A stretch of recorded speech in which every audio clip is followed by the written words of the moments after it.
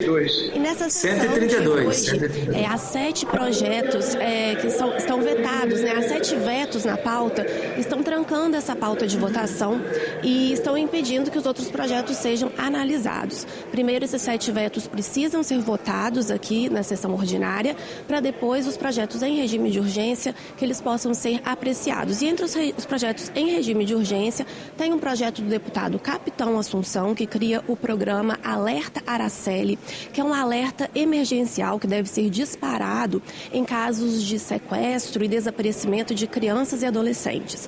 E um outro projeto em regime de urgência na pauta de hoje é o do deputado Lucas Escaramuça, que cria a política estadual de combate ao racismo nos estádios e arenas esportivas. Esses 2 projetos, então, precisam que os 7 vetos que antecedem sejam analisados. Vamos acompanhar.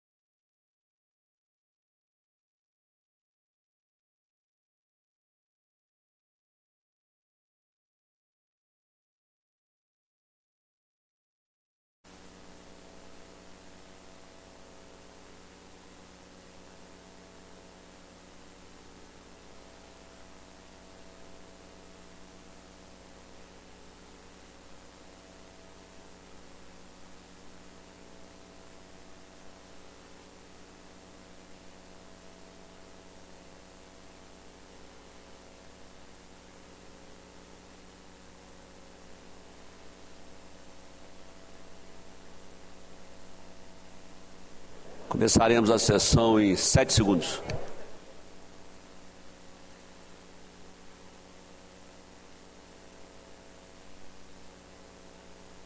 Octogésima sessão, 5ª sessão ordinária híbrida virtual e presencial da 20ª legislatura. Bom dia a todos. Havendo quórum, invocando a proteção de Deus, declaro aberta essa sessão e convido o deputado Capitão Assunção a proceder à leitura de um versículo da Bíblia.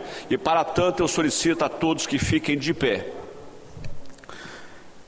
Gênesis 12, capítulo 12, versículo 3. E abençoarei os que te abençoarem, e amaldiçoarei os que te amaldiçoarem, e em ti serão benditas todas as famílias da terra. Obrigado, presidente. Amém. Muito obrigado, capitão Assunção. Fica dispensada a leitura da ata da sessão anterior, mas declaro aprovada conforme foi disponibilizada no site da AIRES. Consulto se existe algum deputado que gostaria de fazer um pedido de 1 minuto de silêncio. Não havendo, passamos agora à fase do expediente. Primeira fase para simples despacho. Item 1, ofício 107/2023 e 046/2023, deputado Lucas Escaramuça, justificando sua ausência na sessão ordinária realizada no dia 19 de setembro de 2023. Justificada a ausência à secretaria. Item 2, ofício 15 e também o 4307/23-8 do conselheiro presidente do Tribunal de Contas do Estado, encaminhando prestação de contas mensal referente ao mês de agosto de 2023, ciente à Comissão de Finanças. Do item 3 ao item 64, tratam-se de mensagens governamentais de resposta a requerimento de informações. O despacho para esses itens é ciente ao deputado autor do requerimento. 64. Item 65, projeto de lei 772/2023, do deputado Adilson Espíndola, que declara de utilidade pública a Associação Comunitária dos Moradores de Melgaço de Baixo, ASCOMEL. a Comissão de Justiça na forma do artigo 276 do Regimento Interno. Item 66, projeto de lei 774/2023, deputado delegado Danilo Baesse, que concede a gratuidade de ingresso a shows, parques, teatros, cinemas e quaisquer outros eventos similares às pessoas com transtorno do espectro autista, TEA, no âmbito do Estado do Espírito Santo, após o cumprimento do artigo 120 do Regimento Interno, às comissões de Justiça, de Defesa dos Direitos Humanos, de Cultura e de Finanças. Item 67. Projeto de lei 775/2023 do deputado Tiago Hoffmann, que acrescenta item ao anexo único da lei 11.212, de 29 de outubro de 2020, instituindo o Dia Estadual do Combate ao Extermínio de Jovens. A Comissão de Justiça na forma do artigo 276 do Regimento Interno. Do item 68 ao item 73, tratam-se de requerimentos de informações oficiais. O despacho para esses itens é: oficie-se. Item 74. Requerimento número 16/2023, deputado Deninho Silva, com base no artigo 305, inciso 2º do Regimento Interno, de licença para tratamento de saúde por 2 dias, contados a partir do dia 19 de setembro de 2023, conforme atestado do médico. Defiro à Secretaria para providenciar ato de licença. Item 75, requerimento 17/2023, da deputada Irine Lopes, com base no artigo 305, inciso 2º do Regimento Interno, de licença para tratamento de saúde por 2 dias, contados a partir do dia 18 de setembro de 2023, conforme atestado médico. Defiro à Secretaria para providenciar ato de licença. Segunda fase do expediente, sujeito à deliberação. Item, nós temos aí 21 deputados presentes. Item 76. Requerimento número 69/2023, do deputado Capitão Assunção, de retirada do projeto de lei 207/2020, sua autoria, que ficam as operadoras de celular obrigadas a possuir um banco de dados dos clientes com terminal de reconhecimento facial e biometria digital no âmbito do Estado do Espírito Santo. Em discussão. Não havendo quem queira discutir, em votação, os deputados e deputadas que aprovam permaneçam com condição, os contrários se manifestem verbalmente. Não havendo contrários, fica aprovado. Item 77, requerimento de transferência de sessão solene 324/2023, da deputada Raquel Lessa, em homenagem à Lei Maria da Penha, que seria realizada no dia 26 de setembro de 2023, às 19 horas, passando para o dia 9 de outubro de 2023, às 19 horas. Em discussão. Não havendo quem queira discutir, em votação, os deputados e deputadas que aprovam permaneçam como estão e os contrários se manifestem verbalmente. Não havendo contrários, fica aprovado. Do item 78 ao item 85, tratam-se de indicações das senhoras e senhores deputados. Em discussão, não havendo pela quem ordem discutir... Presidente, só me posicionar contra essa indicação 2401 da deputada Camila. O Estado brasileiro já gasta mais que a Coreia do Sul per capita com ensino superior e menos que a Somália com ensino básico. O Estado aqui não dá conta das escolas rurais. Eu tenho exemplo de várias escolas fechando, escola Ângelo Bravin, por exemplo, ali em Marilândia, e a gente vai querer gastar dinheiro do Estado aqui do Espírito Santo, que já tem diversos problemas de ordem maior, para gastar ainda mais com ensino superior, com verba estadual. Eu não acho isso plausível. Acho que a gente deveria estar focando no ensino básico para poder botar a nossa criança, o nosso jovem em pé de igualdade aí com as escolas do ensino privado, para dar mais oportunidade para eles competirem no ensino superior posteriormente. Mas hoje o aluno não tem condição, ele sai do básico ali sem a menor condição de competir, e é nisso que a gente tem que investir. Obrigado, presidente. Muito obrigado, deputado Lucas Polese. Ainda em discussão. Não havendo mais quem queira discutir, em votação, os deputados e deputadas que aprovam permaneçam como estão, os contrários se manifestem. Já manifestando aqui o voto contrário do deputado Lucas Polese.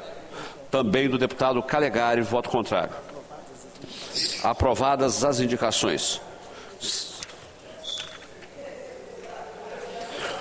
Nós vamos fazer agora a inversão da pauta. Não precisa de inversão da pauta? Então nós vamos passar agora direto para a ordem do dia.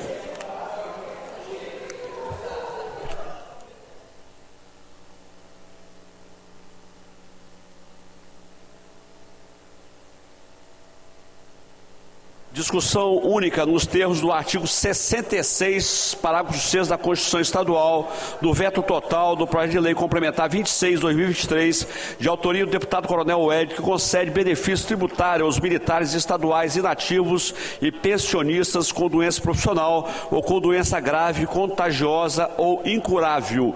Publicado no ar digital do dia 2/5/2023, mensagem de veto número 17/2023, publicado no ar digital do dia 7/7/2023. Na Comissão de Justiça, o relator, o deputado Mazinho dos Anjos, prevaleceu do prazo regimental de até 3 sessões ordinárias para relatar a matéria na 83ª sessão ordinária do dia 18/9/2023, prazo até dia 25/9/2023. Eu convoco a Comissão de Justiça, o relator, o deputado Mazinho dos Anjos, com a palavra. Presidente, bom dia. Bom dia, deputados. Bom dia. Vou me prevalecer do prazo regimental, tendo em vista que são 7 vetos, e eu já finalizei praticamente a análise de 5, e na segunda-feira, vou apresentar o relatório de todos os 7. Ok, presidente? Ok, muito obrigado, deputado Mazinho dos Anjos. Mantido o prazo regimental do relator na Comissão de Justiça, na forma do artigo 66, parágrafo 6 da Constituição Estadual, ficam sobrestadas todas as demais matérias. Pela ordem, senhor presidente. Pois não, deputado Calegari. Eu gostaria aqui de fazer um requerimento a respeito do PL 95, do PL,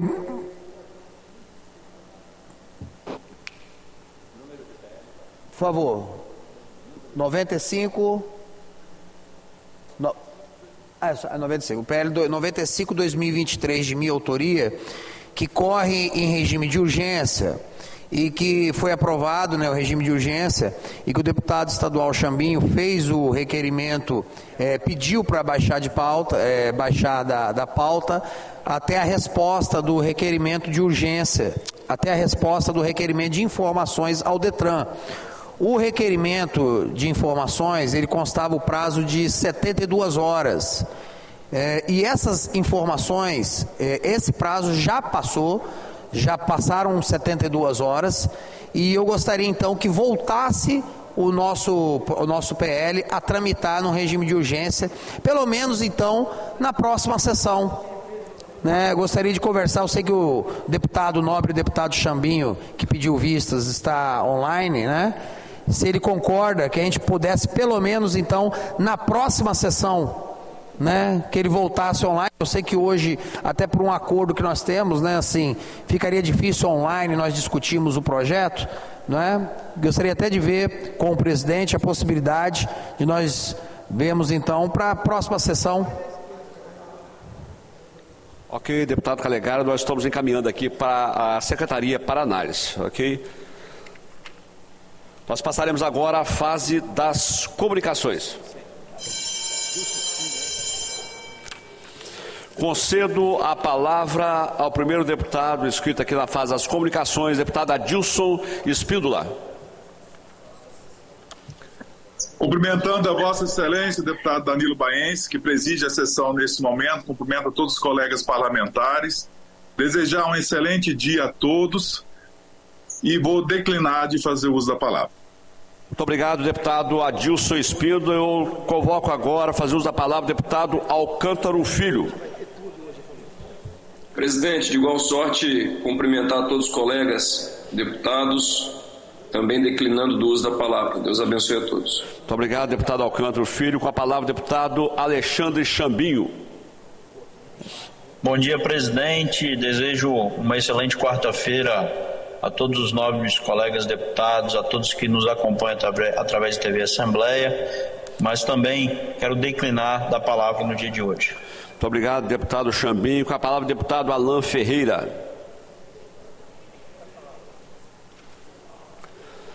Deputado Alain Ferreira. Não respondendo, com a palavra, deputado... Bom dia, presidente. Pois não, bom dia. Pois não, deputado Alain.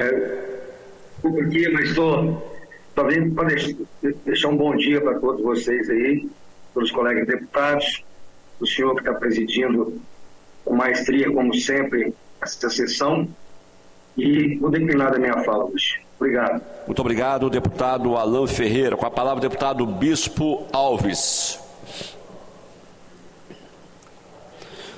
Bispo Alves não respondendo. Com a palavra, deputado Calegari.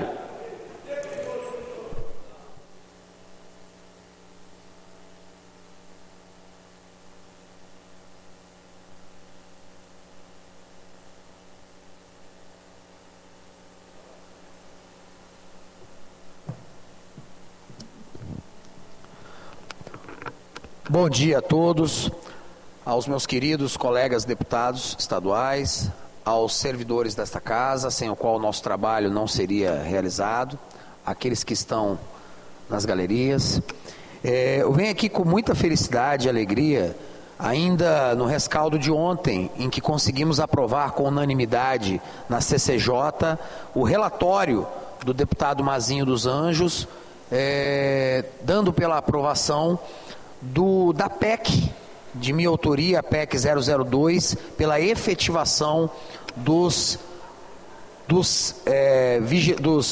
inspetores penais equivalentes, que com isso poderão se tornar policiais penais do Espírito Santo.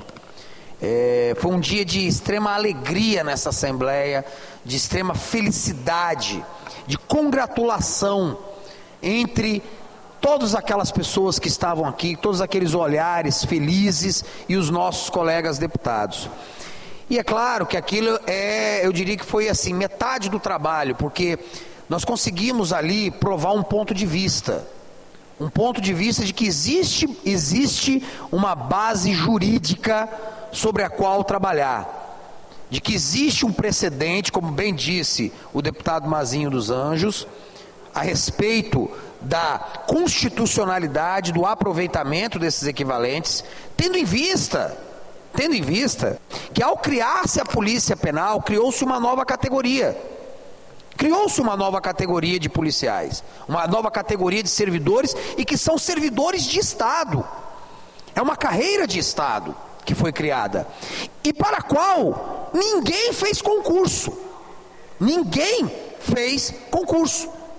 Ela estará, e a emenda que criou essa categoria, ela diz bem claro que serão aproveitados para a Polícia Penal os aprovados em concurso e os atuais inspetores penais, sem falar se são efetivos ou se são DTs. E aí que entram os equivalentes. Mas aí, é claro que vem muitas pessoas por desconhecimento e falam: nossa, mas vocês estão tentando colocar pela janela servidores públicos? De forma alguma. A PEC trata de pessoas com mais de 5 anos de serviço ininterrupto. E a maioria, caro deputado Danilo Baense, que conhece o sistema prisional melhor do que eu, conhece o sistema de segurança pública desse Estado muito bem, e que sabe que são pessoas que trabalham há 5, 10, 15 anos, alguns há 20 anos. E se o erro dessas pessoas estarem no serviço público sem concurso, não é delas, mas sim do Estado. É o Estado que as manteve tanto tempo sem o devido concurso.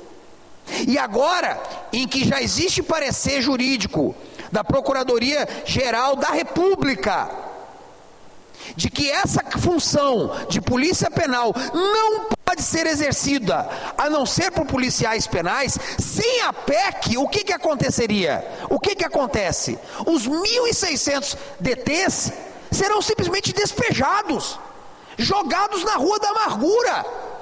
1.600 famílias.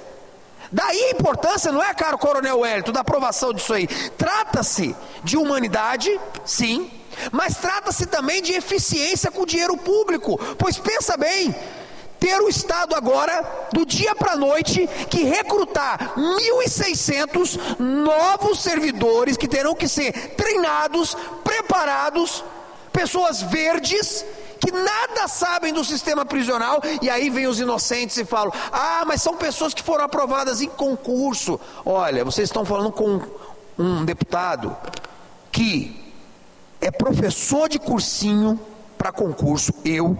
10 anos de professor de cursinho para concurso. Eu próprio fui concurseiro, passei num concurso do Tribunal de Justiça do Estado do Espírito Santo, e digo para vocês, o que um concurso público prova é que você foi uma pessoa extremamente eficiente no dia da prova. É isso que o concurso prova. Pois eu conheço pessoas, DTs, comissionadas, tão eficientes ou até mais que os concursados. Quem está falando aqui é um concursado. Pessoas que provam no seu dia a dia de trabalho sua eficiência, sua competência. O concurso que essas pessoas fizeram, esses 1.600 DTs, é o concurso da vida prática, sem o qual, aliás, não haveria sistema prisional no Estado do Espírito Santo, caro Coronel Wellington. Tire esses homens agora do sistema prisional e vamos ver se teria o Espírito Santo hoje o melhor sistema prisional do Brasil. Tire-os e vamos ver. E vamos ver se é justo agora pegar essas pessoas e simplesmente jogá-las na rua da amargura. Mas aí vem o outro argumento: mas Calegari, e as pessoas que estão se preparando para entrar na carreira? Podem continuar se preparando. O governo já anunciou, agora temos um concurso da Sejus, parece que são 600 vagas, e precisa de mais vagas ainda. O sistema prisional precisa ser expandido. Ninguém está falando de tirar as vagas, não. Nós precisamos desses 1.600, precisamos de mais 600 vagas, e não tenho dúvida em dizer que nós precisamos hoje, nos próximos anos, caro Lucas Polese, dobrar o número de vagas para presos no Estado do Espírito Santo, para combater a grave crise de segurança pública que o nosso Estado vive.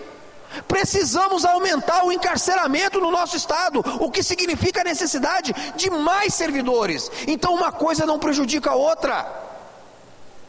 Uma coisa não vai prejudicar a outra. Você que está se preparando para um concurso e ouviu falar da PEC, e talvez por desinformação está aí ouvindo falar: ah, porque o Calegari está querendo botar servidores pela janela, ah, porque a Assembleia está querendo trabalhar contra. Não, meu amigo, pode estudar para o seu concurso, porque o Estado do Espírito Santo precisa investir no sistema prisional. E jovens que querem entrar são bem-vindos, só que você mesmo vai agradecer de entrar no sistema, na Sejus, e encontrar lá, sabe o que? Profissionais experientes que deram uma vida lá dentro e que vão poder te ensinar a trabalhar, trabalhando com você de igual para igual, ombro a ombro, irmanamente. Essa é a beleza dessa PEC, uma PEC que iguala direitos, e que se trata de uma coisa nova, porque é uma nova categoria que foi criada. Então é aqui que eu deixo a minha mensagem hoje de otimismo, porque eu tenho certeza que o nosso ponto de vista, que foi ontem juridicamente provado na Comissão de Constituição e Justiça, e que agora passará pelas comissões de Segurança Pública, onde será estudado o mérito, né? Ali sob a presidência do meu querido colega deputado Danilo Baense, e com a presença de outros colegas especialistas na área de segurança pública. Depois passará para a Comissão de Finanças, onde tenho certeza que será aprovado não só a sua viabilidade, como a maior eficiência em termos de gasto público para os cofres capixabas, que é outro mérito dessa PEC. E por fim, com a graça de Deus, Coronel Wellington, essa PEC será aprovada no plenário dessa Assembleia. E digo mais, como foi dito ontem, não se trata de um tema de oposição ou situação, direita ou esquerda. Isso é justiça econômica e social para os trabalhadores públicos do Espírito Santo. Não se trata de embate aqui, se trata de fazer o que é certo, fazer o que é justo. E o diálogo eu pretendo manter sempre aberto, Nós estamos em diálogo. Em nenhum momento foi procurado confronto nessa PEC e não será. Essa é uma PEC do diálogo e da harmonia. Muito obrigado, um bom dia a todos, que Deus abençoe nosso querido Estado do Espírito Santo. Muito obrigado, deputado Calegari, parabéns pelo brilhante projeto, parabéns à Comissão de Constituição e Justiça por haver aprovado à unanimidade, e é justiça, é fazer justiça com esses servidores. Eu recebi agora recentemente, Calegari, aí no nosso gabinete, um servidor da DT, após 20 anos foi exonerado. 20 anos de serviços prestados ao Estado foi exonerado. Eu estive a semana passada com o doutor André Garcia e ele nos falou que o concurso é para 600 servidores, podendo chegar a 1.000. De 600 pode chegar a 1.000 e querem em seguida abrir um novo concurso. Eu convido agora a fazer uso da palavra a deputada Camila Valadão.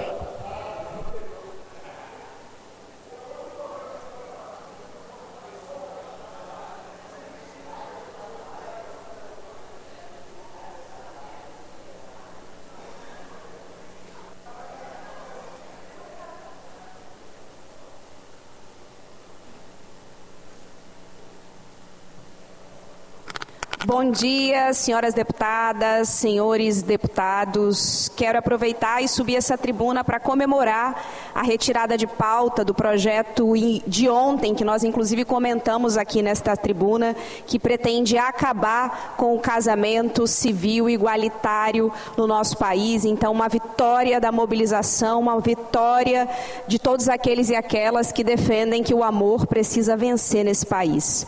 Bom, quero comentar, senhores deputados e senhoras deputadas, que amanhã, dia 21 de setembro, é o Dia Estadual de Combate ao Extermínio de Jovens, e nós iniciamos no dia 14 a Semana Estadual de Combate ao Extermínio de Jovens. Muitos devem estar se perguntando, mas por que a necessidade de uma semana dedicada a evidenciar os índices de violência ou dedicada a tratar desse tema, que é um tema que por vezes parece que não deve ter a devida atenção do poder público ou ainda de um espaço legislativo como esse. Se a gente considera os dados no nosso país, é possível verificar, infelizmente, que ano após ano o Brasil segue reproduzindo altos índices de homicídios e letalidade de jovens. A cada 23 minutos, um jovem é vítima de homicídio, um jovem é morto no nosso país. Dentre esses, 83% dos mortos são jovens negros, o que demonstra a necessidade da gente transversalizar o debate racial, da gente incorporar esse tema como um tema fundamental do ponto de vista da formulação das políticas públicas. A gente tem também um alto índice de jovens, mulheres vítimas de violência. Precisamos mudar essa realidade, esse dado de a cada 23 minutos um jovem é assassinado, para garantir a vida da juventude. Muitos falam que a juventude é o futuro. Nós defendemos que a juventude, ela precisa ser no presente. Nós queremos os jovens como protagonistas das suas vidas, reivindicando aquilo que é necessário para que eles possam sim desenvolver com qualidade de vida, para que possam chegar à vida adulta de maneira adequada, tendo acesso a um mercado de trabalho que possibilite condições dignas de vida ou ainda acessar diferentes níveis da educação.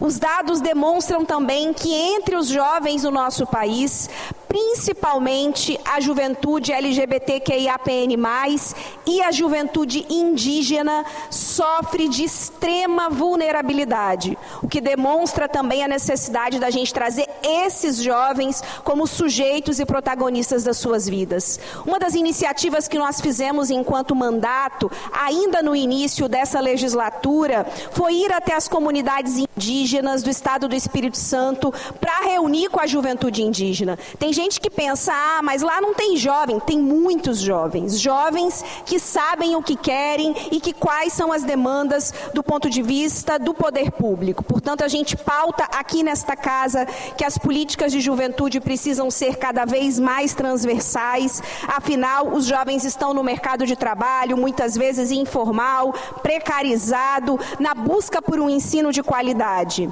Nós fizemos, considerando essa importante semana para evidenciar esses debates acerca do extermínio de jovens, nós fizemos um conjunto de indicações pelo nosso mandato e outras ainda estão sendo construídas pela nossa assessoria em diálogo com a juventude. Na próxima semana nós teremos aqui nesta casa uma audiência pública promovida pelo nosso mandato e pelo mandato da deputada Irine Lopes para discutir a juventude capixaba quer viver, pautando políticas públicas de forma transversal para a gente poder avançar no Estado do Espírito Santo. Entre os temas que nós apresentamos enquanto mandato e que está na pauta de hoje, eu já agradeço desde já a aprovação dos senhores e que pena aqueles que votaram contrários, provavelmente não entendem a pauta, é natural, é legítimo, mas essa é uma reivindicação da juventude, não é uma reivindicação estritamente da deputada. Nós fizemos a indicação 2401,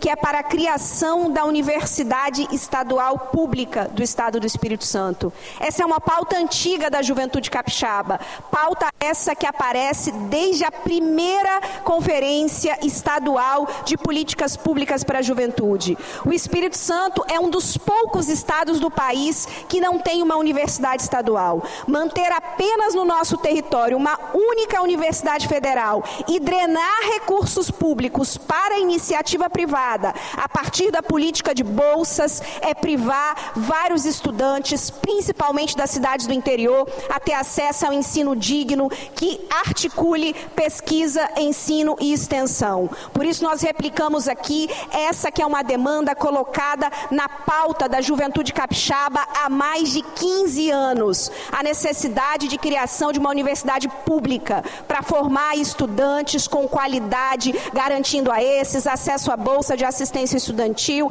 acesso à pesquisa e à extensão e produzindo conhecimento sobre o território capixaba. Não existe soberania ou independência de um país, de uma nação ou mesmo de um estado sem produção de conhecimento. E para isso que serve as universidades. Quero também destacar uma outra indicação do nosso mandato, que é a indicação 2402, que propõe aí ao governo do estado a criação de editais para financiamento de cursinhos populares para pré-ENEM e pré-IFES. Nós aprovamos na semana passada um projeto de lei que garante os cursinhos acessarem a rede pública de ensino para poder ter aquele como espaço para o funcionamento.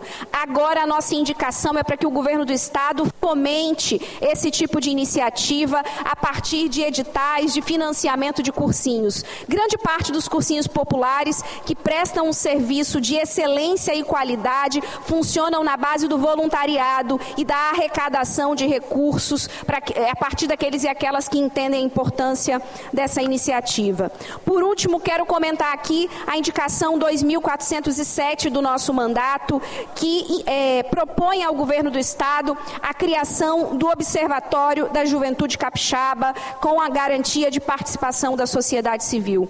A última pesquisa feita sobre o perfil da juventude capixaba no estado do Espírito Santo é de 2014. São aproximadamente 10 anos sem produzir estudos, dados acerca das demandas, necessidades e perfil da juventude capixaba. Portanto, a nossa indicação é para que o estado tenha de forma permanente um observatório que acompanhe as condições concretas da juventude, que acompanhe o perfil da juventude, considerando os aspectos regionais do estado e assim possa subsidiar a construção de políticas públicas com eficiência. Só é possível política pública com eficiência conhecendo o perfil populacional e por isso a nossa indicação para que o estado produza dados, conhecimento, para que as políticas públicas possam aí atingir de maneira eficaz a nossa juventude, garantindo a vida, a saúde, o emprego, a cultura e as demais políticas sociais.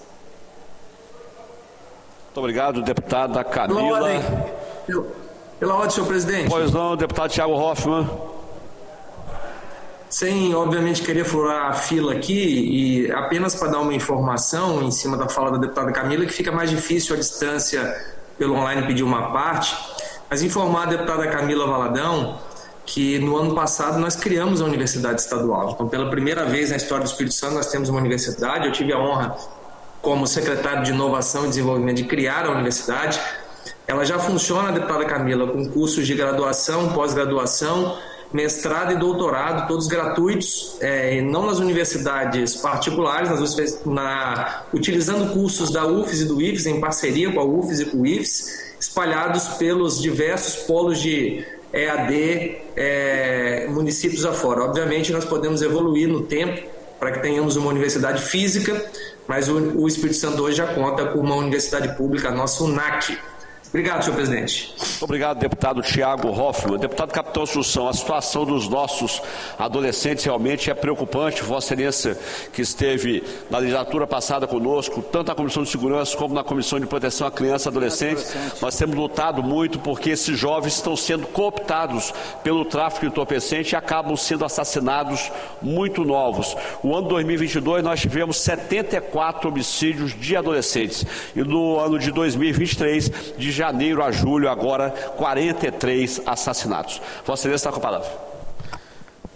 Eu tenho um vídeo para passar, presidente, mas antes eu só queria deixar registrado uma matéria do Roberto Junquilho, uma matéria tendenciosa. Roberto Junquilho, nós nos conhecemos e eu estou à disposição de dialogar com você a hora que você quiser, mesmo não tendo linha telefônica temporariamente por determinação judicial, mas o Roberto Junquilho, para quem não conhece, ele é do Século Diário. Então, Roberto, estou à disposição de você para que você me diga, ou se você não quiser falar comigo, que você publique no seu jornal por que o capitão Assunção é de extrema direita. Você vai fazer a sua matéria.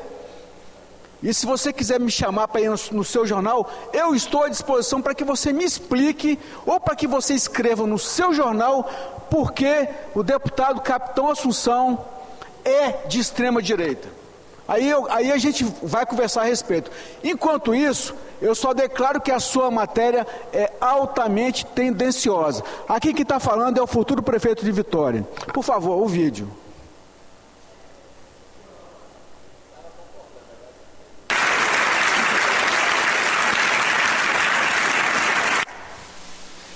Pode repetir, é muito rápido o vídeo. O vídeo é o momento em que o ladrão termina o discurso na ONU e aproximadamente 5 pessoas aplaudem. Mas por que esse efeito de muitas palmas? 6 pessoas, ótimo. Então, por que esse efeito de muitas palmas? Isso é fácil, hoje qualquer pessoa que tem um celular consegue colocar um áudio dizendo que tem muita gente aplaudindo. Mas esse cara foi lá na ONU e falou um monte de mentira, como sempre, principalmente na questão das queimadas, que ele falou que reduziu, se não me falha a memória, 48%. É um louco que fica inventando um número, como ele mesmo falava que tinha 30 milhões de crianças passando fome no Brasil. Ele tira da cabeça dele.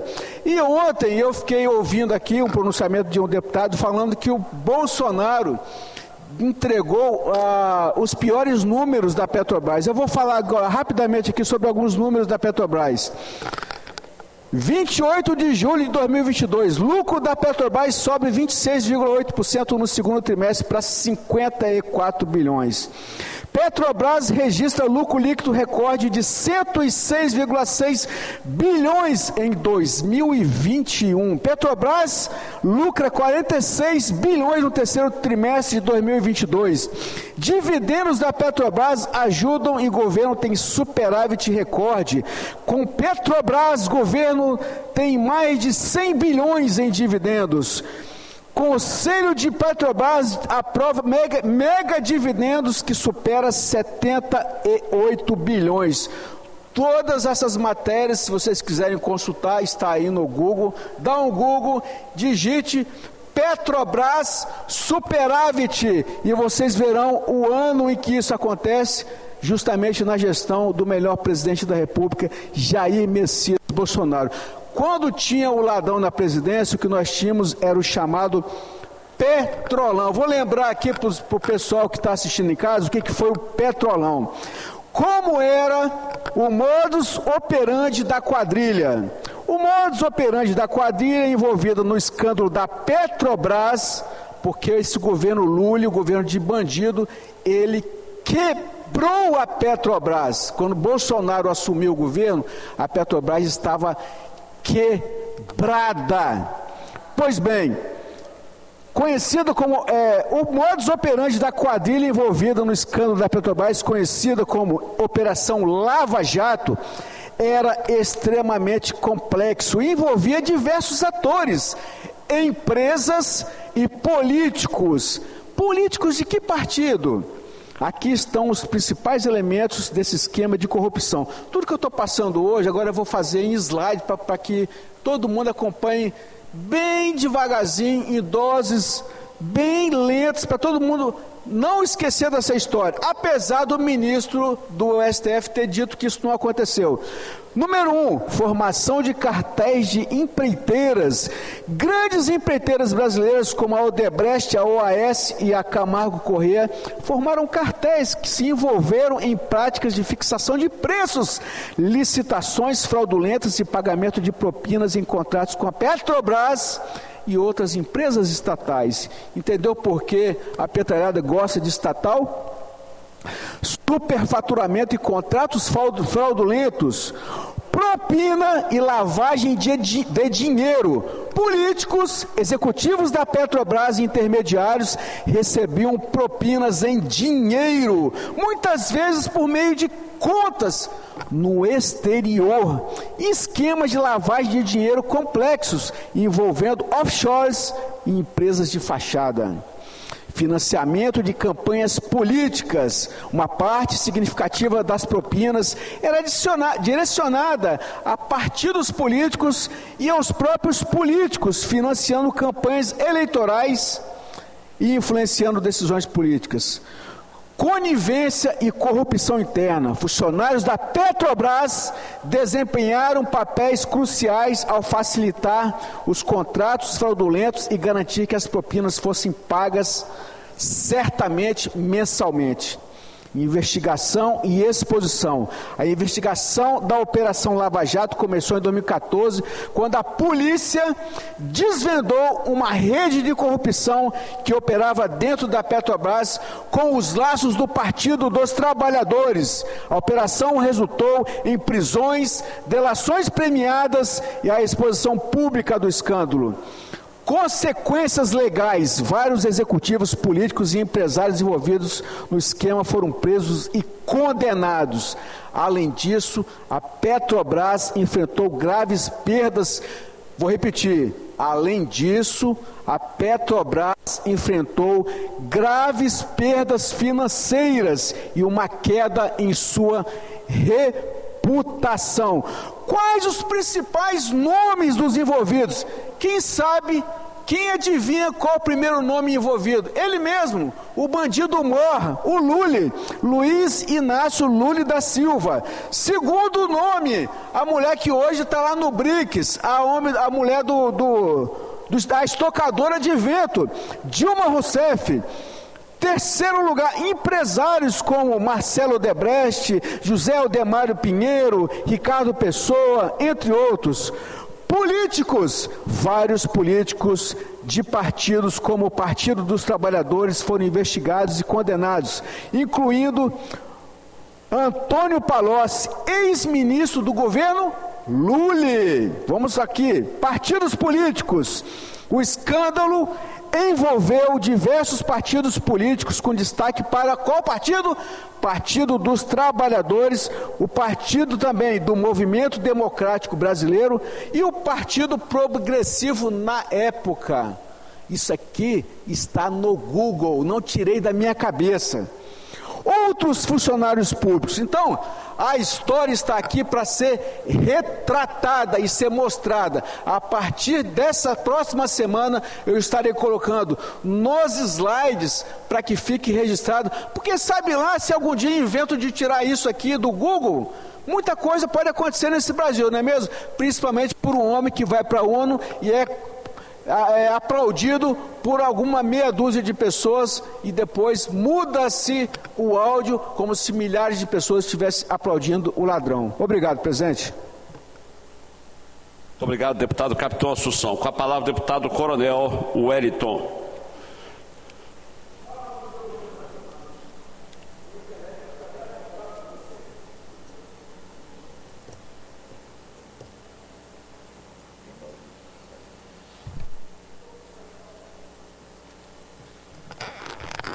Senhor presidente, senhores, senhoras deputadas presentes e também via eletrônica presentes em nossa sessão, sessão híbrida, muito importante para dar celeridade a todos os processos e a participação de todos. Nós agradecemos a presença e os trabalhos de todos os servidores, sociedade capixaba. Inicialmente, nós gostaríamos de fazer um registro aqui, que fomos procurados por alguns servidores da Assembleia e a solicitação é de que a mesa diretora faça uma reavaliação com relação ao horário de abertura da garagem, uma vez que eles estão tendo uma certa dificuldade, alguns querem chegar mais cedo, obviamente o horário de trabalho começa a contar a partir das 7 horas, mas que eles querem ter a oportunidade de estacionar ainda com um trânsito mais acessível, sem causar nenhum transtorno na entrada no horário principal de acesso à garagem. Segundo, contar com o apoio de todos os senhores e senhoras deputados que votaram favoráveis a nosso projeto de lei número 026, que concede uma isenção igualitária aos servidores militares e pensionistas, iguais aos civis, previsto na legislação, em que nós apresentamos aqui, são servidores que têm doenças graves ou incuráveis, portanto não são todos servidores, uma parcela mínima de aproximadamente 450 servidores e que vão ser impactados com essa equidade que nós, com certeza, faremos prevalecer a votação aqui da Assembleia. Nós estamos em diálogo constante com o governo do Estado do Espírito Santo, através do secretário de Gestão, Davi Diniz, que tem dado uma extrema atenção a esse projeto, tem se mostrado interessado e sensível a essa causa, portanto, nós contamos com todo o apoio dos senhores na segunda-feira, que vai ser analisada essa matéria. Por fim, gostaríamos de apresentar um vídeo, por favor.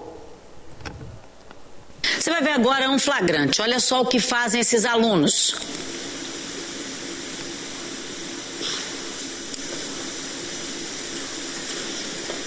Bom, o morador que fez esse vídeo aí ficou assustado. São crianças de uma escola em Cachoeiro de Itapemirim. Essas crianças estão no último andar da escola, do lado de fora da janela. Pensa bem, o perigo dessas crianças caírem lá embaixo.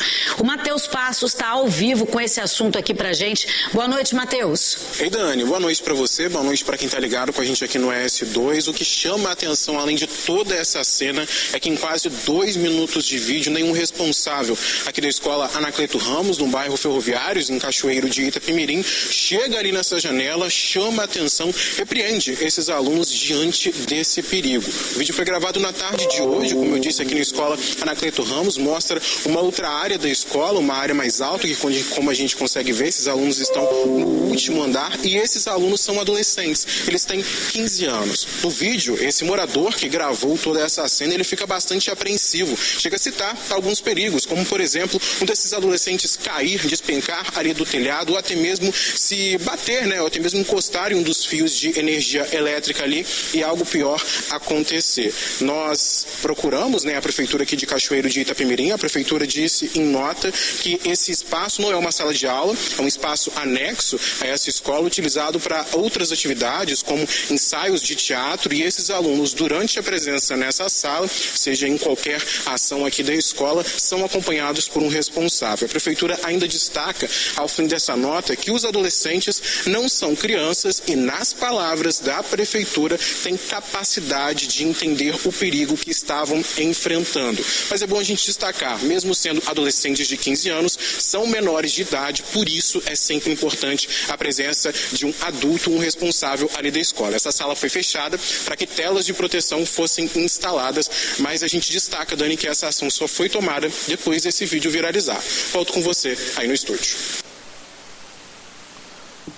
Nós fizemos essa apresentação não é um intuito de criticar governo nem prefeitura, mas de reforçar uma indicação que nós fizemos aqui semana passada, da necessidade urgente do governo do Estado do Espírito Santo, da Secretaria de Estado de Educação, fazer a instalação de grades de proteção e telas em todas as escolas particulares e escolas públicas. Escolas particulares é de competência, obviamente, do Estado, né, as escolas públicas, e as escolas particulares do governo do Estado do Espírito Santo, né, disciplinar a instalação, uma vez que nós tivemos um registro aqui, há aproximadamente 30 dias, de um incidente em que uma criança de 5 anos caiu de uma janela de uma escola em Colatina e infelizmente veio a óbito. Então, aqui revelar e cobrar a necessidade, né, de atenção do governo do Estado do Espírito Santo, da Secretaria de Educação, na instalação das grades de proteção e telas em todas as escolas públicas e particulares do Estado do Espírito Santo. Obrigado, presidente. Muito obrigado, deputado Coronel Wellington. Com a palavra, o deputado Dari Pagung. Deputado Dari Pagung não respondendo. Deputado Deninho Silva está afastado para tratamento de saúde. Com a palavra, o deputado Dr. Bruno Rezende. Deputado Dr. Bruno Rezende não respondendo. Com a palavra, o deputado engenheiro José Esmeraldo.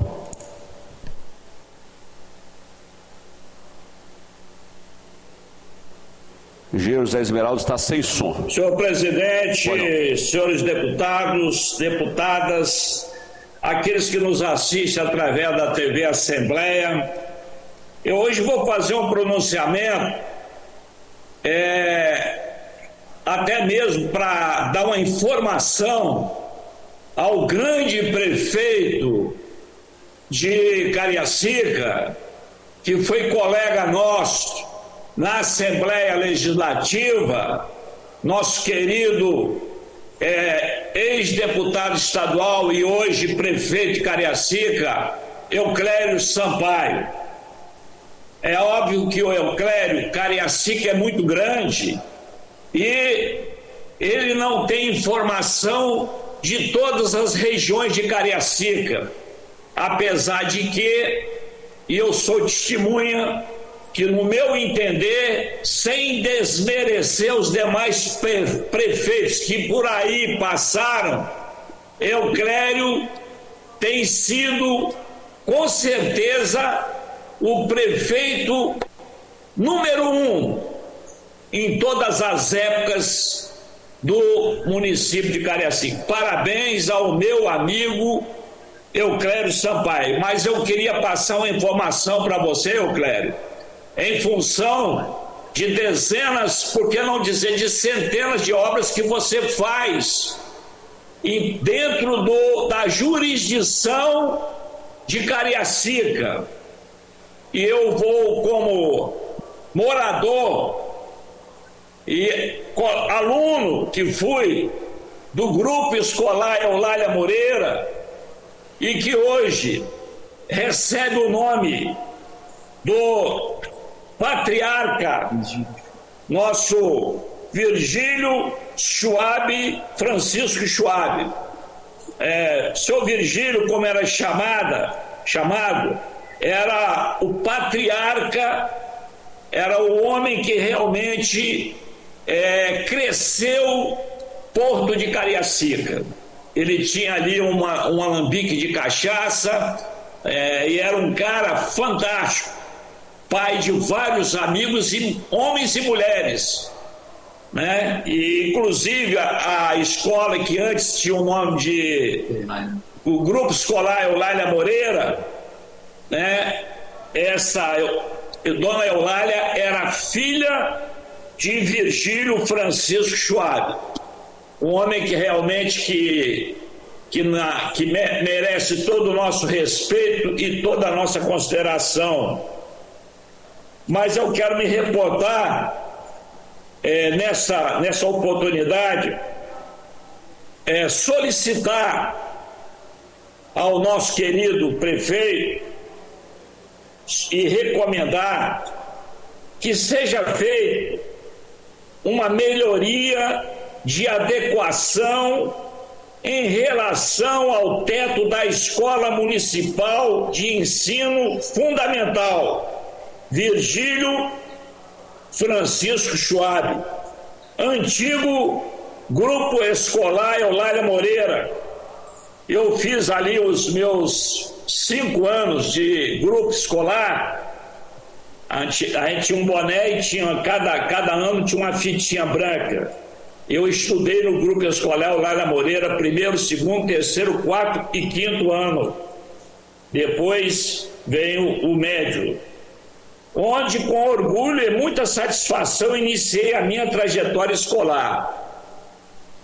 Conforme estamos apresentando, o estudo técnico realizado pela minha equipe, atendendo ao meu pedido. Então, fizemos um estudo técnico no que diz respeito ao telhado.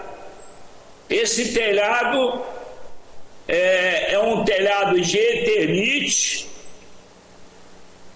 como também era um telhado de eternite a escola lá, Rosa Maria Reis, que está paralisada, e eu já entrei em contato com as autoridades, inclusive ontem, com o secretário de Educação, Vitor de Ângelo, para que ele tome providência com relação não só à quadra onde os alunos deveriam fazer educação física, tem 10 anos isso, como também a escola, a reforma. Eu consegui ali, foi quase 7 milhões, aonde o governador foi, tudo bem, fico um pouco acima ali dessa escola, que é uma escola tradicional, no qual eu estou falando aqui, que é o escola municipal, a outra é do estado. Mas eu vou me reportar à municipal, a Virgílio Francisco Schwab, antigo grupo escolar Eulália Moreira, onde com orgulho e muita satisfação iniciei a minha trajetória escolar. Conforme estamos apresentando o estudo técnico realizado pela minha equipe, atendendo o meu pedido. Em épocas de estação do ano, como o verão, que se avizinha, tendo a previsão esse ano de fazer calor em alta escala, chegando até 45 graus, é preocupante que os alunos e alunas, crianças e adolescentes, sejam alfabetizados em situação como esta que estou aqui apresentando. Então, essas telhas de eternite, elas absorvem uma quantidade de calor enorme, entendeu? E é telhado de eternite, que eles também chamam de fibrocimento. Então, é inadequado para um centro educacional. Então, eu estou aqui fazendo um pedido ao meu amigo prefeito Euclério Sampaio, para que quando ele puder, quando ele tiver condições, né, ele retirar essas telhas de eternite e colocar um telhado adequado para que os alunos possam ter as suas aulas e o seu aprendizado de forma célere. Por isso, fica então aqui esse pedido a esse prefeito que faz a diferença de Cariacica, morador de Cariacica, nasceu em Jardim América, pai dele foi delegado em Cariacica sede, era amigo do meu pai, e tinha uma boa convivência. E assim como também eu tenho com o Euclério. Vamos buscar uma solução para que esse problema, junto ao governo do Estado e à Prefeitura de Cariacica, me coloque à disposição, e é um pedido, como eu sei que o prefeito tem umas centenas de problemas ou mais dentro de Cariacica, da jurisdição de Cariacica, eu estou aqui repassando essa informação para ele também, como repassei lá aquelas 7 ruas de pedrinha, lá na região, na Nova Rosa da Penha, que era uma vergonha, o esgoto céu aberto, não tinha calçamento, e Euclério, a meu pedido, foi lá e asfaltou tudo, drenou tudo, hoje virou uma cidade. Pedrinha, são 7 ruas asfaltadas, e que Euclério, ao pedido do deputado Zé Esmeraldo, realizou, e tinha 42 anos que os moradores pediu e não conseguiram. Então fica aqui a nossa... Sim, senhor. Meu caro José Esmeraldo, eu fico muito alegre quando vejo Vossa Excelência falar em Euclério Sampaio. Vossa Excelência faz justiça a um deputado colega nosso, amigo nosso, que saiu da Assembleia Legislativa e representa hoje o maior sucesso administrativo do Espírito Santo. Então eu me congratulo com Vossa Excelência pelos elogios, queremos desejar muita saúde, paz, amor, tranquilidade, e vamos ter paciência com o Euclério, porque ele ainda vai atender os demais pedidos que Vossa Excelência está fazendo, porque Vossa Excelência realmente luta por Cariacica, representa Cariacica, e quando fala em Euclério Sampaio, Vossa Excelência está dignificando a Assembleia Legislativa, porque o Euclério é fruto desta casa. Parabéns, Euclério. Euclério é realmente o cara, esse é o cara. Obrigado, meu amigo Teodorico Ferraz, nosso brilhante deputado estadual, brilhante deputado federal, brilhante homem público e brilhante prefeito de Cachoeira. Inclusive, Vossa Excelência está na frente lá na pesquisa, hein? Vossa Excelência está lá na pesquisa lá. Eu queria ir lá para saudar o amigo Teodorico Ferraz, se ele resolver disputar a eleição, porque se ele resolver disputar a eleição, não sei se vai ter alguém para disputar com Vossa Excelência. Conhecimento, relacionamento, Vossa Excelência tem uma série de predicados que são poucos os políticos do Brasil que têm conhecimento. Obrigado, meu amigo Ferraz, e um grande abraço para o nosso amigo, não só do Zé Esmeraldo, mas do Ferraz e praticamente todos os deputados da Assembleia Legislativa, Euclério Sampaio, que eu tenho eu chamo ele de forma assim muito tranquila, chamo de Clérinho, nosso querido amigo. Muito obrigado. Muito obrigado, deputado engenheiro Zé Esmeraldo. Pois não, deputado. Pela ordem, senhor presidente. Eu quero deixar registrado que ontem, na Igreja Cristã Maranata da Enseada do Suá, esteve presente o ministro do STF, André Mendonça. Se puder colocar a imagem, por favor, só para deixar isso registrado. E durante a mensagem que o ministro falou para os jovens, era um culto voltado para louvar e glorificar o nome do Senhor, mas voltado para a juventude. E o ministro André Mendonça deixou a seguinte mensagem: vocês podem imaginar que o fato de ser ministro do Supremo significa uma vida de sucesso, mas quero dizer para vocês, jovens, que uma vida de sucesso é uma vida aos pés de Jesus Cristo. Obrigado, presidente. Muito Muito obrigado, deputado Capitão Assunção. Eu quero saudar aqui o nosso vereador de Santa Teresa, Renato Cosme. Renato, muito obrigado pela sua presença, como também o Vinícius, que é o nosso presidente do PL lá de Santa Teresa, Capitão Assunção. A semana passada nós tivemos uma importante audiência pública em Santa Teresa, com muitas reivindicações. Uma audiência pública que foi muito produtiva. Inclusive, uma coisa, capitão, que nos entristeceu ali é que uma advogada fez lá uma reivindicação com relação ao combate à violência doméstica. E o nosso delegado da cidade informou que desde novembro de 2019, todas as representações que ele fez por prisão preventiva, no caso de violência doméstica, nenhuma foi atendida pelo Poder Judiciário. É muito triste e nós estamos cobrando das autoridades para que isso não continue a ocorrer. Muito obrigado, Renato, que Deus continue abençoando você, como também o Vinícius. Eu concedo a palavra agora ao deputado Gandini. Deputado Gandini. Vou declinar, senhor presidente. Pois não, deputado Gandini, muito obrigado. Concedo a palavra ao deputado Hudson Leal. Senhor presidente, vou declinar. Tendo declinado, concedo a palavra à deputada Irine Lopes. Deputada Irine Lopes não respondendo, concedo a palavra à deputada Janete de Sá.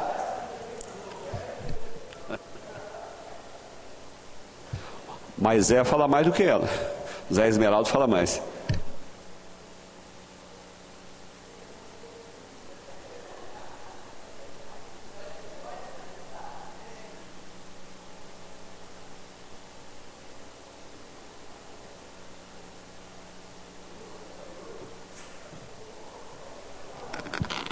Bom dia a todos os deputados presentes, servidores dessa casa, deputado Danilo, João Coser, que estão deputados João Coser e Danilo, desculpe, que estão na mesa, presidindo a sessão, deputado Danilo, todos que nos assistem. Quero falar hoje sobre um absurdo que está acontecendo no Rio Grande do Norte e que isso não vire moda no país. Infelizmente, um vereador da Câmara Municipal do município de Apode, ele aprovou uma lei na Câmara que autoriza a apreensão e o abate de animais em situação de rua. Nós aqui, felizmente, já estamos bem mais avançados, tratando dos animais, buscando mecanismos para que o governo entre com recurso, e está aí o Pet Vida, que é um programa lançado em todo o estado do Espírito Santo, onde 75 municípios aderiram para estar fazendo o controle e a proteção dos animais, e a gente tem esse retrocesso no Rio Grande do Norte, que foi aprovado pela Câmara de Vereadores e é de autoria do vereador Charton Régio do MDB.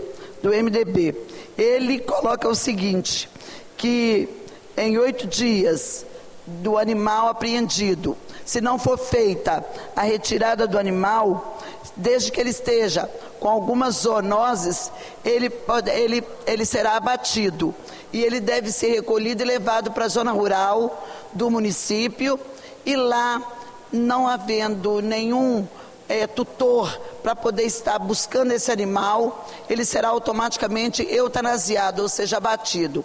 E aí ele trata de todos os animais, ele trata de cães, de gatos, ele trata de bode, no Rio Grande do Norte tem muito bode, de galinhas, de gado, de cavalo, ele trata de tudo. É uma causa para nós todos apreensão, e a gente está trabalhando, e eu gostaria que todos que estão me ouvindo e que gostam de animais, que têm amor por animais, que respeitam os animais, que entrem em contato pelos sites, da prefeitura, por algum mecanismo na rede social, que chegue até o prefeito municipal do Rio Grande do Norte, desse município de Apode, para que ele vete esse projeto. Deputado Janete, um minuto, por favor. Engenheiro José Esmeraldo, por favor, desligar aí o microfone. Eu peço às pessoas que estão nos ouvindo, que amam os animais, que pela rede social, pelo site da prefeitura de Apode, no estado do Rio Grande do Norte, entre em contato, faça publicações repudiando essa atitude, que é um retrocesso. Por quê? animais doentes, com zoonoses, ele fala que seriam abatidos animais com zoonoses, eles podem ser tratados. A leishmaniose, a esporotricose, são zoonoses que têm tratamento. Então, ao invés de investir no tratamento respeitoso desse animal, esse senhor, que é vereador, que é um agente político votado pela população, ele comete esse retrocesso. E pior, sabe lá para onde vai a carne desses animais? Porque ele fala aqui em cavalo, fala em bode, fala em galinha, fala em vaca, em boi. Ou seja, sabe lá a condição dessa carne? Ela pode ir para o prato, para a merenda escolar de crianças deste município. Então é uma situação grave, é um retrocesso. Eu peço aqui a todos que estão me ouvindo aqui do Espírito Santo e que amam a causa animal, que entrem em contato com o site da prefeitura, pedindo ao prefeito que vete esse projeto de lei que foi votar, que não sancione, que vete, que foi votado pela Câmara e que realmente traz prejuízo para os animais. Na mesma linha, eu quero falar de uma outra situação que acontece no Espírito Santo e que nos assusta sobremaneira. Os índices de violência contra as mulheres, eles não estão sendo reduzidos. Para vocês terem uma ideia, de janeiro a setembro deste ano, agora dia 19, nós tivemos 26 feminicídios e 61 homicídios. E, pasmem, só no mês de setembro nós já tivemos 9 homicídios, que ainda alguns estão sendo caracterizados ainda como feminicídio. Esse dado é um dado assustador. Deputado Danilo, que falou aqui sobre a questão das denúncias que estão acontecendo na região de Santa Teresa e que infelizmente a justiça não tem tomado medida, tem tomado medidas frouxas ou não tem tomado medida na direção de estar coibindo esses abusos, de estar buscando fazer justiça, ou prendendo ou até mesmo ingressando com o processo judicial para que essas pessoas sejam penalizadas, esses homens agressores, em geral são homens que agridem as mulheres, eles sejam penalizados. Nós vemos que o número é crescente e o mês de setembro, ele assusta a gente com esse número muito significativo e que vem atordoando nós mulheres, que vem nos envergonhando e que vem matando muitas mulheres ainda jovens, inocentes, deixando inocentes, órfãos no nosso estado. Então fica aqui também o meu reforço à vossa fala e o meu pedido à nossa Secretaria de Segurança que intensifique o seu trabalho para coibir esse tipo de ajuda, esse tipo de situação, nos ajudando com as medidas que são necessárias no Poder Judiciário, as medidas protetivas e também o ingresso de ação judicial, que é patrocinado em geral ou pela família da vítima ou pelo Ministério Público, cobrando da Justiça Local atitudes no sentido de defender e de proteção às mulheres. Obrigado, deputado. Muito obrigado, deputada Janete. No caso de Santa Teresa, deputada, a Polícia Judiciária tem feito a sua parte. Infelizmente, não tem recebido o devido respaldo por parte da Justiça. Isso é um incentivo ao prosseguimento desse tipo criminal. Então, nós lamentamos aqui, solicitamos ao juiz de Santa Teresa, solicitamos à promotora de Santa Teresa que dê uma atenção especial a essa situação para que esses crimes não continuem ocorrendo naquela cidade. Eu concedo a palavra agora ao deputado João Coser.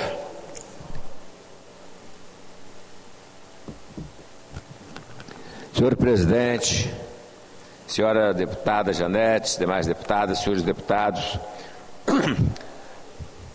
a minha fala hoje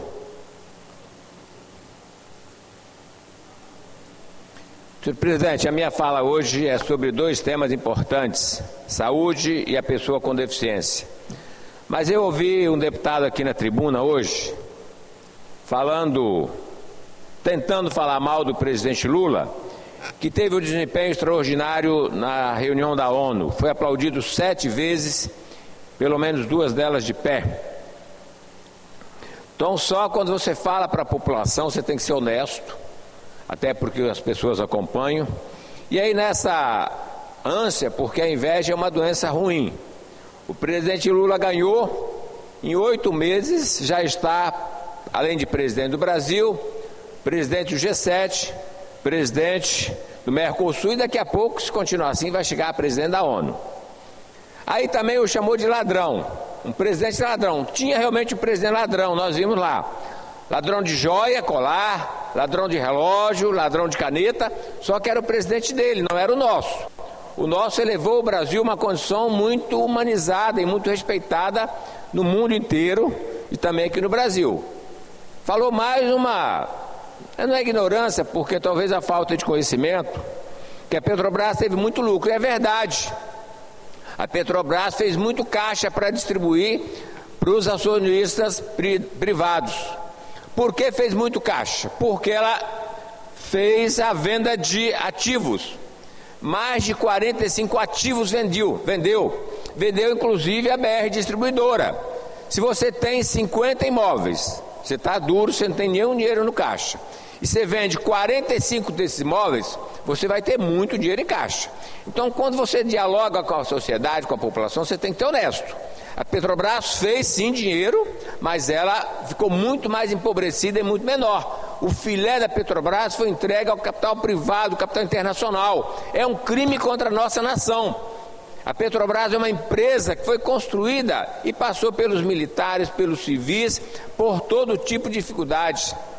Vai fazer 70 anos, o pré-sal tem 15 anos, foi descoberto, inclusive a primeira descoberta aqui no Espírito Santo, é riquíssimo para nós.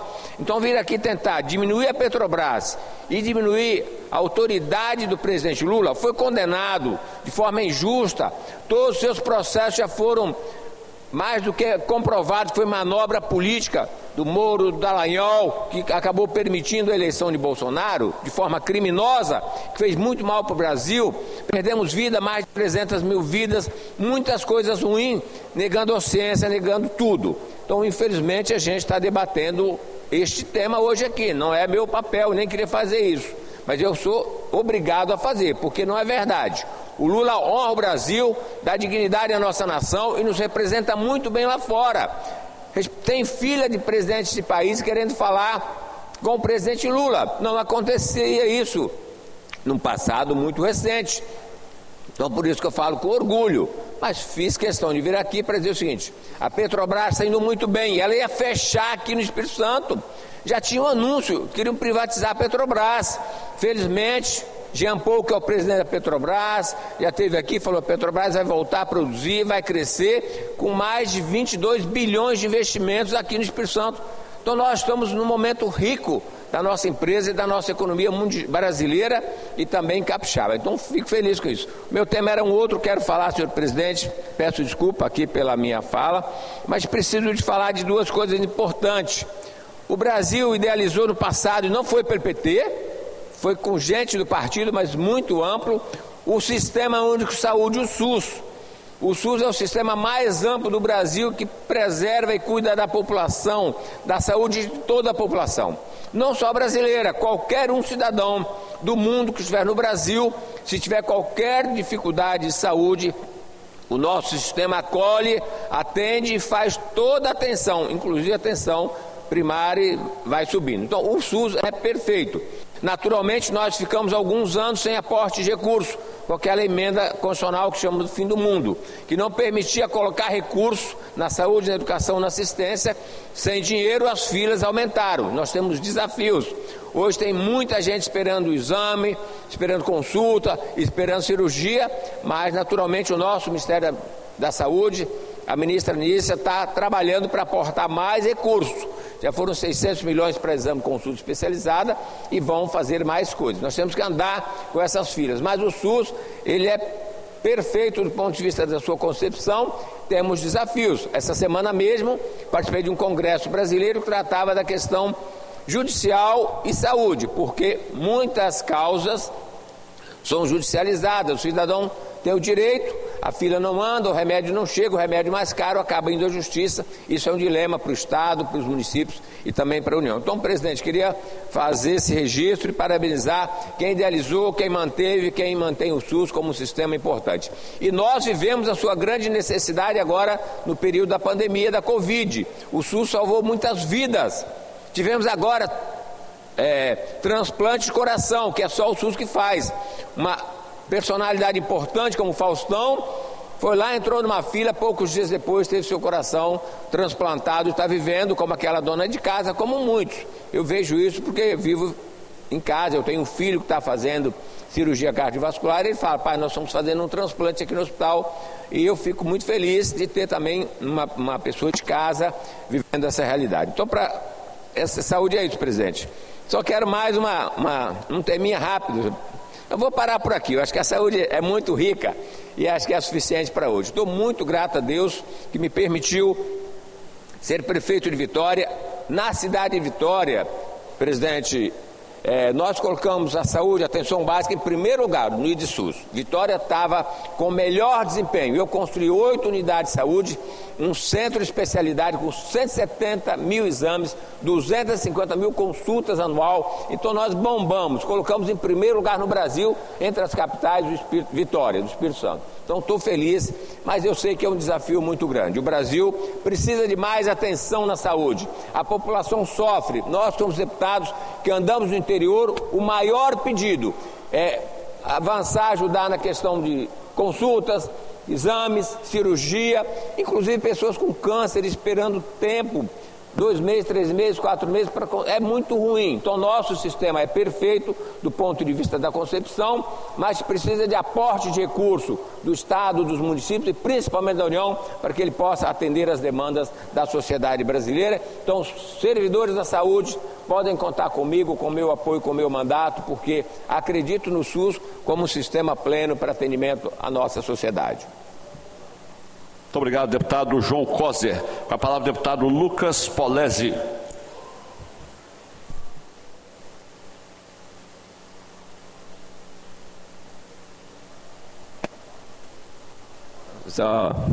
Eu falei G20, G7 é G20, o Lula é presidente G20, mas é a mesma coisa, daqui a pouco vai ser de 77, daqui a pouco vai ser da ONU. Bom dia a todos. Venho aqui agora me manifestar, né, aproveitando a oportunidade, para rebater alguns absurdos que foram ditos aqui nesse plenário agora, né. O presidente ser aplaudido na comunidade internacional é o agradecimento pela postura de vassalo que ele tem mantido para a comunidade europeia, querendo entrar em todas essas pautas de tributação do próprio povo, impostos ambientais. Logicamente a comunidade internacional vai bater palma mesmo para o cachorrinho que abana o rabo para eles aqui do Brasil, né? E aí, reescrever a história, desculpa, aí não dá, né? Acho que ninguém que está aqui, ninguém que assiste a gente passou a última década em coma, né? Todo mundo lembra bem da época que a gente ligava a televisão e todo santo dia era um escândalo de corrupção, era um sendo conduzido, era um sendo preso, era alguém delatando. Ninguém aqui perdeu a memória, ninguém estava em coma e ninguém esqueceu do assalto que aconteceu no Brasil, né? E não simplesmente um assalto, mas o maior esquema de corrupção da história para financiar um projeto de poder totalitário e continental, que financiava inclusive republiquetas aliadas daqui da América do Sul. Os senhores não vão conseguir apagar e nem reescrever a história, não.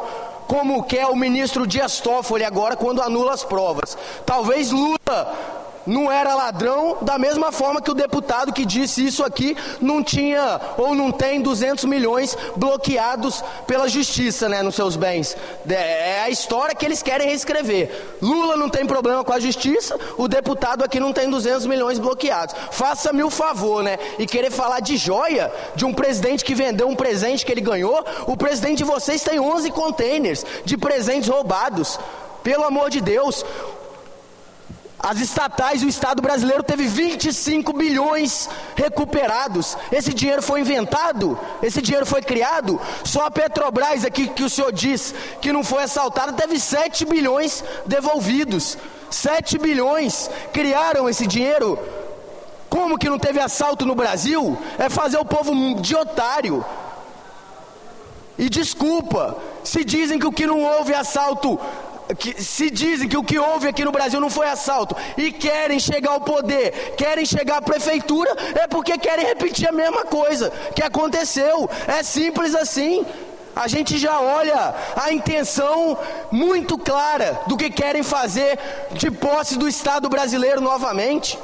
É um tapa na cara da sociedade. A gente sabe muito bem o que é o Partido dos Trabalhadores. Uma quadrilha institucionalizada, fechada com crime organizado, com diálogos cabulosos, com poder paralelo que existe aqui nesse país. Tenham vergonha na cara, que o povo não é otário e nem idiota não. Tenham vergonha na cara. E aí os aliados dessa galera, todos soltos, todos, não tem um preso ainda até hoje. Reescreveram a história inteira, arquivaram todos os processos, fingem que a gente é otário, que nada aconteceu. Eu tenho vergonha desse país. Quem está preso aqui no estado mesmo, 9 meses. Um cidadão porque acampou numa pracinha, um outro cidadão porque fazia post no Facebook. E traficante, chefe do crime organizado, é solto, tem iate devolvido, tem helicóptero devolvido. Esse país se tornou uma piada. Uma piada. Parece que a gente vem aqui e fala sobre um faz de conta. Dá vergonha de ser parlamentar num país como esse. Dá vergonha. Me desculpa. Mas todo dia a gente tem que viver um teatro, uma farsa, porque está todo mundo enxergando que as nossas instituições não funcionam. Uma pouca vergonha. Agora os caras vão legalizar o tráfico de drogas e o aborto na canetada. Gente que não tem legitimidade. E um monte de parlamentar de esquerda batendo palma. Bate palma para a abolição do poder legislativo na prática. O que eles estão fazendo, se aprovarem dessa forma essas pautas, é fechar o Congresso na prática. Fechar um Congresso que foi eleito por 86% de cristãos, que são o povo brasileiro. Os senhores vão ser cobrados pela história, o que os senhores estão fazendo. Destruindo os poderes, destruindo as instituições, destruindo dia a dia o Estado democrático desse país. Tenho vergonha na cara. É lamentável ter que vir aqui para falar disso. Um colega mentindo noite e dia aqui e defendendo a maior quadrilha que já fez parte desse país. Obrigado a todos, uma boa tarde, uma boa manhã, um bom dia. Bom dia, deputado Lucas Polese, muito obrigado. Eu concedo a palavra agora ao deputado Lucas Escaramuça. Deputado Lucas Escaramuça não respondendo. Com a palavra o deputado Mazinho dos Anjos. Deputado Mazinho dos Anjos não respondendo. Com a palavra o deputado Pablo Muribeca. Deputado Pablo Muribeca não respondendo. Com a palavra a deputada Raquel Lessa. Deputada Raquel Lessa não respondendo. Com a palavra o deputado Sérgio Meneghelli. Deputado Sérgio Meneghelli não respondendo. Com a palavra o deputado Teodorico Ferraço. Senhor presidente, senhoras e senhores deputados, eu hoje vou fazer uma homenagem a um médico, Dr. Sharif Moisés. Conheci ainda criança. No tempo que em Guarapari a gente só andava junto, era eu, ele, o Bolão, Carlos Alberto, filho do saudoso desembargador Dr. Mário Nunes e o Rogério Nassif. Éramos colegas e eu vi esse rapaz crescer e se tornar médico. E foi o primeiro médico a operar, fazer uma operação do coração no Espírito Santo. Eu ouvi do Dr. Jatene, eu era deputado federal e era tido como um dos porta-vozes do Dr. Jatene no Congresso Nacional, principalmente na liberação de recursos, que ele brigava muito com o Delfim Neto. Ouvi ele dizer uma frase que ficou gravado no meu coração. Olha, vocês têm um médico lá no Espírito Santo que é um médico de futuro brilhante e que vai fazer muito sucesso na vida, Dr. Sharif Moisés. Aí eu falei, doutor, coincidentemente, fomos companheiros, crianças, que durante todo o verão de Guarapari a gente vivia juntos. E eu fiquei orgulhoso com o Dr. Sharif. E, posteriormente, o doutor Sharif, que operava na UFES, fez a primeira operação do coração do Espírito Santo. E uma operação que demorou mais de 6 horas. E hoje ele dá uma entrevista na tribuna dizendo que hoje se faz com 15 minutos. Quer dizer, houve uma modificação total na medicina, modernização de equipamentos e de técnica, mas naquele tempo foi um verdadeiro milagre. Foi o primeiro do Espírito Santo, que acompanhou São Paulo. E o doutor Sharif, eu era deputado federal, quando ele me aparece lá pedindo credenciamento para o Hospital Santa Rita, porque ele queria instituir no Santa Rita o Instituto do Coração. Eu lembro como se fosse hoje. Eu levei diretamente ao doutor Jair, que era o ministro e era amigo, colega nosso, e o credenciamento saiu em menos de 15 dias. Hoje, doutor Sharif, eu quero te homenagear. O Espírito Santo te deve uma homenagem. Você é o cara, doutor Sharif, porque você foi o primeiro que operou. E eu me recordo, doutor Sharif, quando Antônio Jacques Soares, deputado estadual, colega nosso, precisava operar. E Vossa Excelência operou o Antônio Jacques Soares com o maior sucesso numa operação inédita ali no Santa Rita. Eu participei da vida do Santa Rita com a doutora Dona Ilza Bianco, na rua, com as damas que conseguimos recursos lá na Alemanha, através do nosso querido e saudoso homem que deu os recursos não só para o Santa Rita, como também para o Hospital Evangélico de Vila Velha. Você, Sharif, é um orgulho para o Espírito Santo. Quero te homenagear hoje, como tantos outros médicos que eu tenho, mas você foi realmente o primeiro. Você, Sharif, recebe as minhas homenagens. Você foi o cara que deu início a este grande acontecimento no Espírito Santo, que foi a primeira operação do coração e teve muito sucesso em seguida. E graças à sua inspiração, Sharif, quando eu fui prefeito de Cachoeiro, instalei ali o primeiro Instituto do Coração no interior. O doutor Daniel, Sasso, doutor Bento, doutor Rezende e tantos outros. Foi inspirado em você que o Instituto Coração hoje no Hospital Evangélico presta tantos serviços ao Espírito Santo. E naquela época o povo, alguns membros da oposição diziam que eu estava louco e que os médicos que estavam me seguindo eram mais loucos ainda. E hoje é um orgulho para o Espírito Santo o Instituto Coração de Cachoeiro de Itapemirim. A você, Sharif, as minhas homenagens. E eu peço que esta casa marque um dia especial para dizer que o Espírito Santo teve um médico onde o doutor já teve, que veio logo depois do doutor Zerbini, que eu também conheci, uma das maiores figuras desse país e internacionalmente conhecido. Já dizia naquela ocasião: vocês vão ter no Espírito Santo um homem melhor do que eu. E esse homem chama-se Sharif Moisés. Sharif, muita saúde, paz, amor, muita alegria para mim falar sobre você, sua família, sua esposa, seus filhos, seus colegas. Receba a minha homenagem, Sharif, porque você merece. Muito obrigado, senhor presidente, senhores deputados. Muito obrigado, deputado Teodorico Ferraço. Ferraço, eu faço das suas as minhas palavras. Eu quero aqui também render as minhas homenagens ao doutor Sharif Moisés. Primeira cirurgia de coração realizada no estado do Espírito Santo e com muita competência. Ferraço, há quase 45 anos, nasceu a minha filha primogênita, a Daniela. Em uma consulta com um pediatra, esse pediatra disse que essa menina tinha um sopro e um problema cardíaco. E a mãe ficou muito desesperada, e eu levei ao doutor Sharif Moisés, que examinou a minha filha e disse: a sua filha não tem nada. Esse médico perdeu a chance de ficar com a boca fechada, porque levou a mãe para o desespero. Então essa é a competência do doutor Sharif Moisés.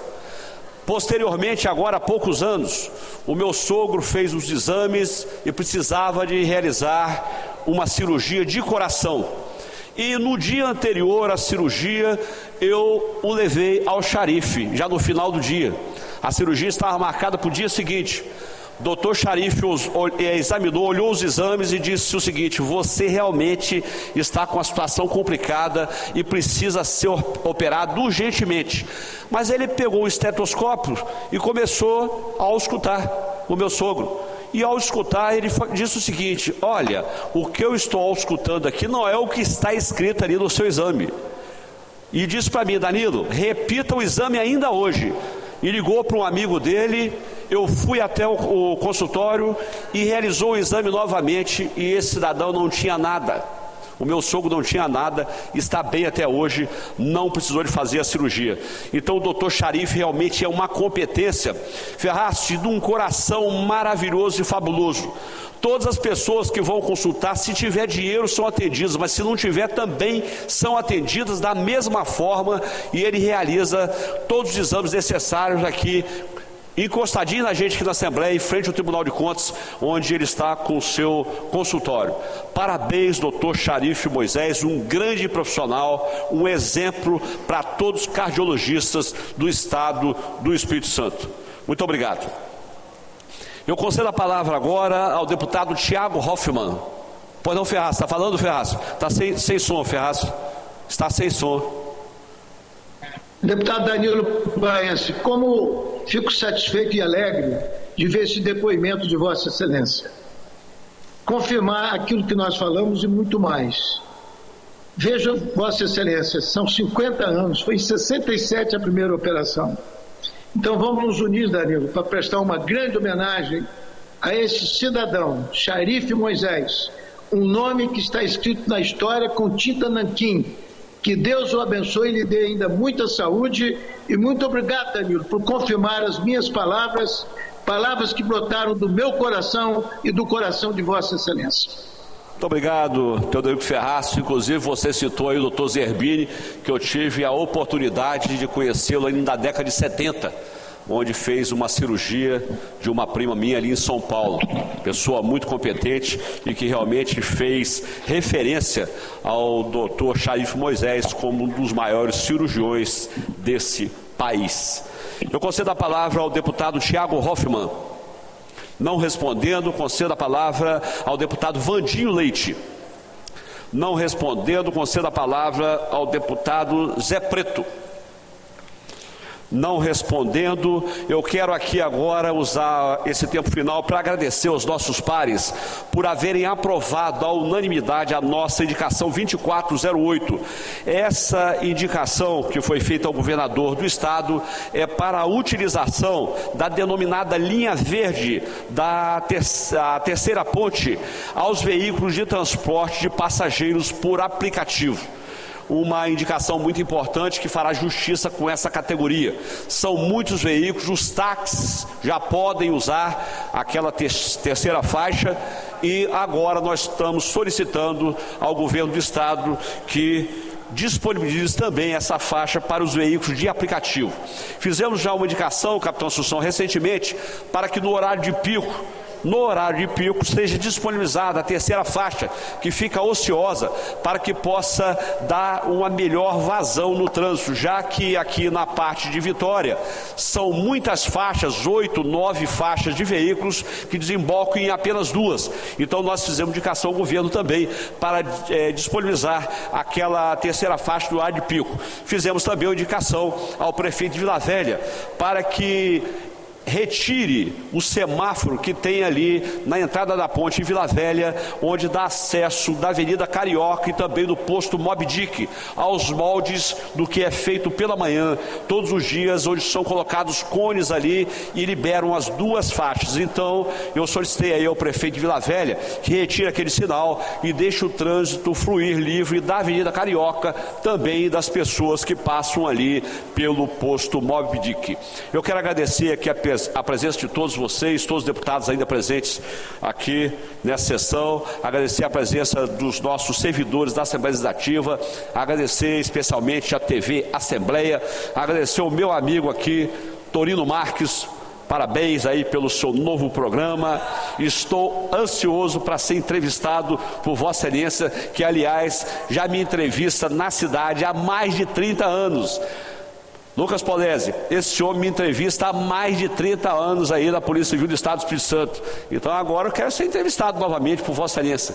Obrigado pela sua presença. Nada mais a vida tratar, vou encerrar a presente sessão. Antes, porém, comunico que a pauta da próxima sessão ordinária será a mesma, exceto as matérias votadas na sessão de hoje. E convido os senhores e senhoras deputados para as próximas, que serão solene hoje às 15 horas, em homenagem aos concertinistas, conforme requerimento do deputado Adilson Espíndola. Dia 21/9 de 2023, quinta-feira, às 19 horas, em homenagem aos auditores fiscais da Fazenda do Estado do Espírito Santo, conforme requerimento da mesa diretora. E especial, dia 22/9 de 23, sexta-feira, às 18h30 horas, para debater sobre a soberania dos países africanos. O caso da Guiné-Bissau, conforme requerimento da deputada Enine Lopes, todos aprovados em plenário. Está encerrada a sessão e que Deus continue nos abençoando. Termina aqui a transmissão da sessão ordinária. Hoje a pauta permaneceu trancada porque há 7 vetos do governo a projeto de autoria parlamentar que aguardam a análise da Comissão de Justiça. O relator, que é o presidente da Comissão de Justiça, deputado Mazinho dos Anjos, informou que ele vai apresentar os 7 relatórios na próxima sessão, que acontece na segunda-feira, às 3 horas da tarde. Mais informações sobre a sessão de hoje você confere daqui a pouco no site da Assembleia Legislativa e às 10 da noite no Jornal Panorama, aqui na TV Alice. Eu agradeço a sua companhia, a sua audiência. Continue acompanhando a nossa programação TV Alice, mais perto de você.